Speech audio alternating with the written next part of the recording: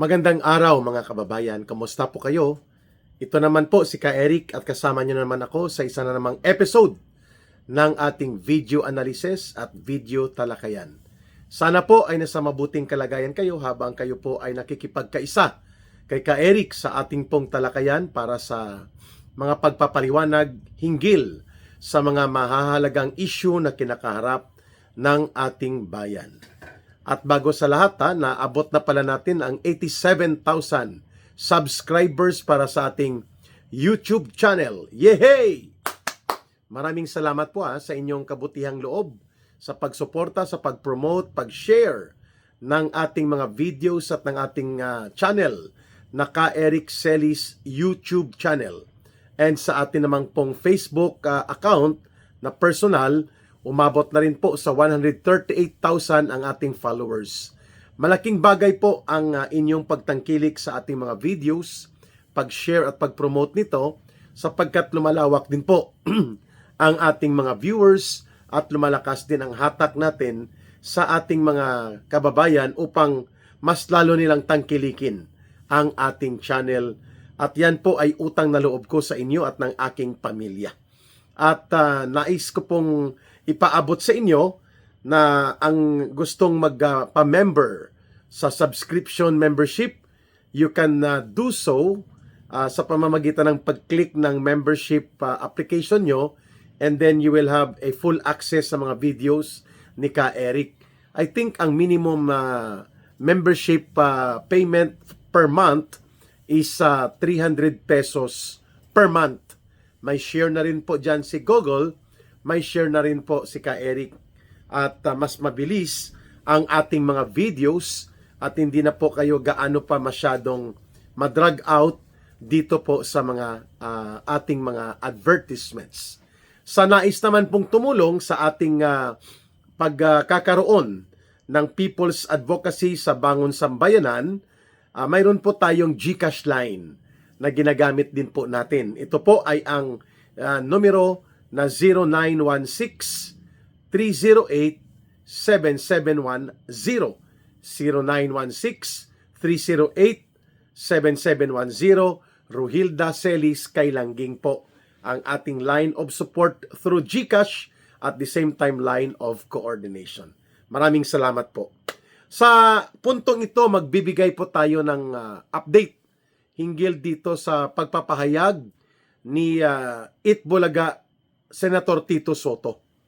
Napilit niyang pinapalabas na ang may kakulangan na hindi maunawaan ang kanyang pambabatikos at malisyosong intrigang atake laban sa naging desisyon ng Korte Suprema laban sa pagbabasura nito or hinggil sa pagkakabasura finally and permanently sa impeachment complaints na shortcut at minadali ng House of Representatives laban kay Vice President Sara Duterte, hindi po matanggap-tanggap ni Itbulaga Tito Sotto ang ganitong pangyayari, kung kaya patuloy pong inaatake niya ang naging desisyon ng Korte Suprema at ang sabi niya, mga mahihina lang ang kokote. Ibig sabihin po, bobo ang mga Pilipino dahil hindi siya nauunawaan sa kanyang puntong nais ipahiwatig kung bakit niya tinutuligsa ang naging desisyon ng Korte Suprema. Wow! Ang taong bayan pa ang tinitingnan ni Tito Sotto na walang alam. Tinatawag niyang mahina ang kokote.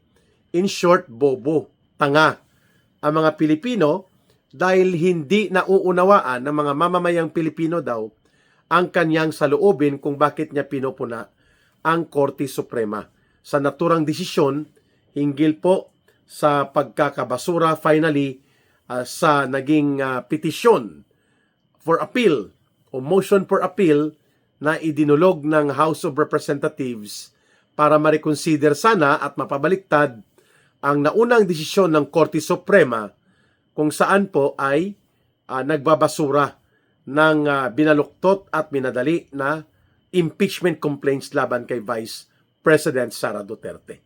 So, sino ang mahina ang kokote? Ang taong bayan? Ang mamamayan? Kitang-kita naman po na baluktot at mali ang pananaw ni Tito Sotto. Sapagkat ang Korte Suprema po ang siyang may katungkulan na magsagawa ng paglilinaw at pagpapalabas ng desisyon kung mayroong mga dapat resolbahin hinggil sa tamang pagsunod sa batas, pag-interpret ng batas, at lalo na po sa saligang batas na siyang pinakamataas na batas ng ating bansa. Hindi po pwede na hindi natin pagpapakinggan ang Korte Suprema sapagkat yan po ang naatasan ng ating saligang batas na mag-review ng alinmang mga desisyon at proseso involving the implementation of the law and even to the point of interpreting correctly kung ano ang nakalagay at nakasaad sa batas. So hindi pwede yan ibaliwala na lamang nila Tito Sotto dahil lamang hindi nasunod ang gusto niya ng kapritsyo na dapat ay tinuloy-tuloy daw ang impeachment complaints laban kay Vice President Sara Duterte. Pangalawa, hindi lamang po na hindi naintindihan o binabaloktot lamang ni Tito Sotto ang mga batas at pati na po ang tungkulin ng Korte Suprema dahil nais po niyang manatili na may pagkakataon siya na maisusulong niya ang kanyang personal vested interest. At ano po yun? Kaya niya binabatikos ang Korte Suprema dahil gusto niyang ma-appoint siya na Vice President ni Bongbong Marcos Jr. sakaling magtatagumpay po na mapapa-impeach si Sara Duterte at maitatanggal siya sa kanyang tungkulin bilang pangalawang Pangulo by way of conviction at the Senate Impeachment Court ng 16 senators. Kaya gano'n na lang po ang pagpoporsigi ni Tito Sotto kung bakit pati sa punto na tawagin niyang mahina ang kokote ng mga kritiko na mga mamamayang Pilipino laban sa kanyang baluktot at hindi ka nais-nais na mga posisyon na kanyang binabatikos ng puno ng malisyosong atake sa propaganda ang Korte Suprema. Dahil may ambisyon si Tito Sotto. Kagaya din po ni Risa Hontiveros na paulit-ulit ang kanilang mga atake hinggil sa confidential fund ni Vice President Sara Duterte, bagamat ito po ay sinagot na at binigyan na po ng pagpapaliwanag ng Commission on Audit, sige pa rin po ng atake itong sila Risa Hontiveros, sila Trillanes at ang grupo nilang magkakaalyado upang ipagpapatuloy na igiit na kung pwede ay mapa-impeach muli si Sara Duterte at nang sa ganon ay maihain sa Senate ang impeachment trial at malamang ay minamaniobra na rin po nila na makakakuha sila ng 16 senators who are going to vote for the conviction of Sara Duterte. Ayan. So malinaw pa sa sinag ng araw sa tanghaling tapat kung bakit po pinagtatanggol pa rin ni Tito Sotto ang baluktot niyang pahayag na umani ng napakamalawak at negatibong saloobin at sentimiento ng mga mamamayang Pilipino dahil trapo na trapo po ang datingan nitong mga style ni Tito Sotto. Kaya, taong bayan mismo ang pumupuna sa kanya. Okay. Pangatlong punto, mga kababayan, na nais nating mabigyan ng pagpapaliwanag. Si Tito Sotto po ay bahagi ng extension ng mga special agents ng Malacanang upang atakihin si Vice President Sara Duterte samantalang pagtatakpan nila ang mga kabulukan at mga kapalpakan ng gobyerno ni Marcos at Romualdez kahit pa na mayroong pong mga kunwa-kunwari ang investigasyon kagaya po sa ICI na binuo ni Marcos at ganoon din po dito sa Senate Blue Ribbon Committee, minabuti pa rin po ng Malacanang na gamitin ang ganitong uri ng pag-atake by using special agents in the persona of Tito Sotto now as the Senate President at ang number 2 hatchet man o tagapagdugtong ng operations ng Malacanang laban sa mga Duterte ay itong si Senator Ping Lacson, acting as the Senate President pro tempore. Ayon, parang number 2 po siya sa kay Tito Soto. Yan po ang kay Ping Lacson, mga kababayan. Kaya ang ating video reaction na ito doon sa pahayag ni Tito Soto ay nais nating maibunyag ang kanyang layunin kung bakit hindi niya matanggap-tanggap ang desisyon ng Korte Suprema at napakapait para sa kanya kung bakit ganun ang inabot ng mga naging pagsusumikap nila na talagang madurog na at maparalisa and eventually po ay matatanggal sa pagkapangalawang Pangulo si Vice President Sara Duterte. It's all about power and ambition to cling and consolidate power sakali pong si Marcos Jr. ay magkakaroon ng problema sa pagkakaroon ng malawak na diskontento ng mga mamamayang Pilipino ay sinasakyan po ng CPP, NPA, NDF na mga ganyang mga operations nila ang kalagayang mainit na mainit ang politika sa ating bansa. Kaya naman si Tito Soto po ay talagang inihanda ng Malacanang dyan bilang dekorasyon na Senate President at ang kanyang backup dyan ay si Senator Ping Lacson na pareho pong tinatawag din sila minsan kagaya ni Shelo Magno na nagpapakilalang profesor sa University of the Philippines ay pare-pareho po silang tinatawag ng mga mamamayan na mga lapdog. Ibig sabihin, pag sinabi ni Marcos at nila Romualdez, sit ka agad. Wala nang daming tanong. Ganyan po ang ibig sabihin ng lapdog. Kaya naman hindi kami nakakapagtaka na tingnan natin ito na ang mga birada ni Tito Soto ay ang isinisisi pa niya sa taong bayan kung bakit kinikriticize siya ay samantalang ginagawan lang niya ng pamamaraan daw ang kanyang tungkulin.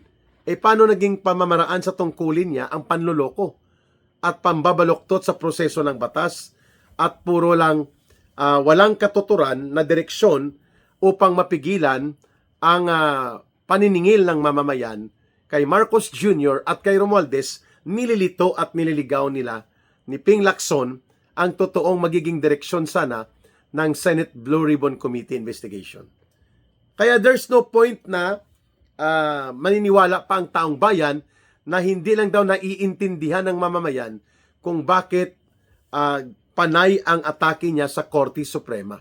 Sapagkat ang banggit dyan, ang ambisyon niya sa 2028 na tatakbo bilang Vice President o kaya maging presidente mismo ay nagkakaroon pa rin po ng balakid dahil si Vice President Sara Duterte po ay nananatili na malakas ang kumpiyansa ng taong bayan. Kaya kahit hindi pa explicit na sasabihin po ng Korte Suprema hinggil sa pagmamadali na atakihin si Vice President Sara Duterte last year, ganyan na ganyan pa rin po ang mangyayari dito kay Tito Soto kapag nakita ng mamamayang Pilipino na kahit pati sa Korte Suprema ay hindi nila kayang igalang ang uri ng ganyang mga pahayag na mas lalo pang nag-uudyok ng banggaan ng different branches of government like between the legislative department including the Senate and the Supreme Court. Pero ngayon po ay nagkakaroon na ng backlash o bumabalik na kay Tito Soto ang pagkagalit ng mamamayan kasi nakikita nila ang pag-iingay at mga maniobrang ito ay hindi naman para mapanagot ang totoong mga punong salaring kriminal bilang mga mastermind sila Marcos at Romualdez, kundi mailihis sa kanila ang focus of investigation at hindi sila tuloy-tuloy na maipanawagan na mananagot sa batas dahil na maniobra nila. Yan po ang papel ni Itbulaga Tito Soto.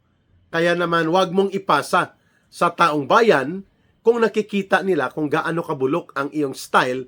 Kaya wala na pong patumpik-tumpik pa ang mga mamamayan ay bumabangga at bumabatikos kay Tito Soto sa kanyang mga pang-aabuso ng kanyang pribilehiyong magsalita sapagkat nakaka-undermine, nakakapagpanabotahin na siya sa isang mahalagang institusyon ng demokrasya, which is the Supreme Court. Ayan. Magbabalik po ang isa na namang episode pa ng video analysis at video talakayan pagkaraan po ng ilang mga oras na makapagbuo muli ng ating oras ng balitang talakayan with Ka Eric and review of related news, update, and analysis. Maraming salamat sa inyong pagsubaybay, pagtangkilik at inyo pong pagbibigay ng suporta upang ma-promote at lumawak po ang scope and subscription sa ating Ka Eric Celis YouTube channel at marami din po ang magpa-follow sa ating Ka Eric Jeff Celis Facebook account. Maraming salamat muli. Mahalin natin ang bansang Pilipinas. Walang ibang magmamahal nito kundi tayo ring mga Pilipino. Para sa Diyos at sa Pilipinas nating mahal. May God bless everyone and may Allah will be with those who are Muslim brothers and sisters. Bye for now. Ito po si Ka Eric.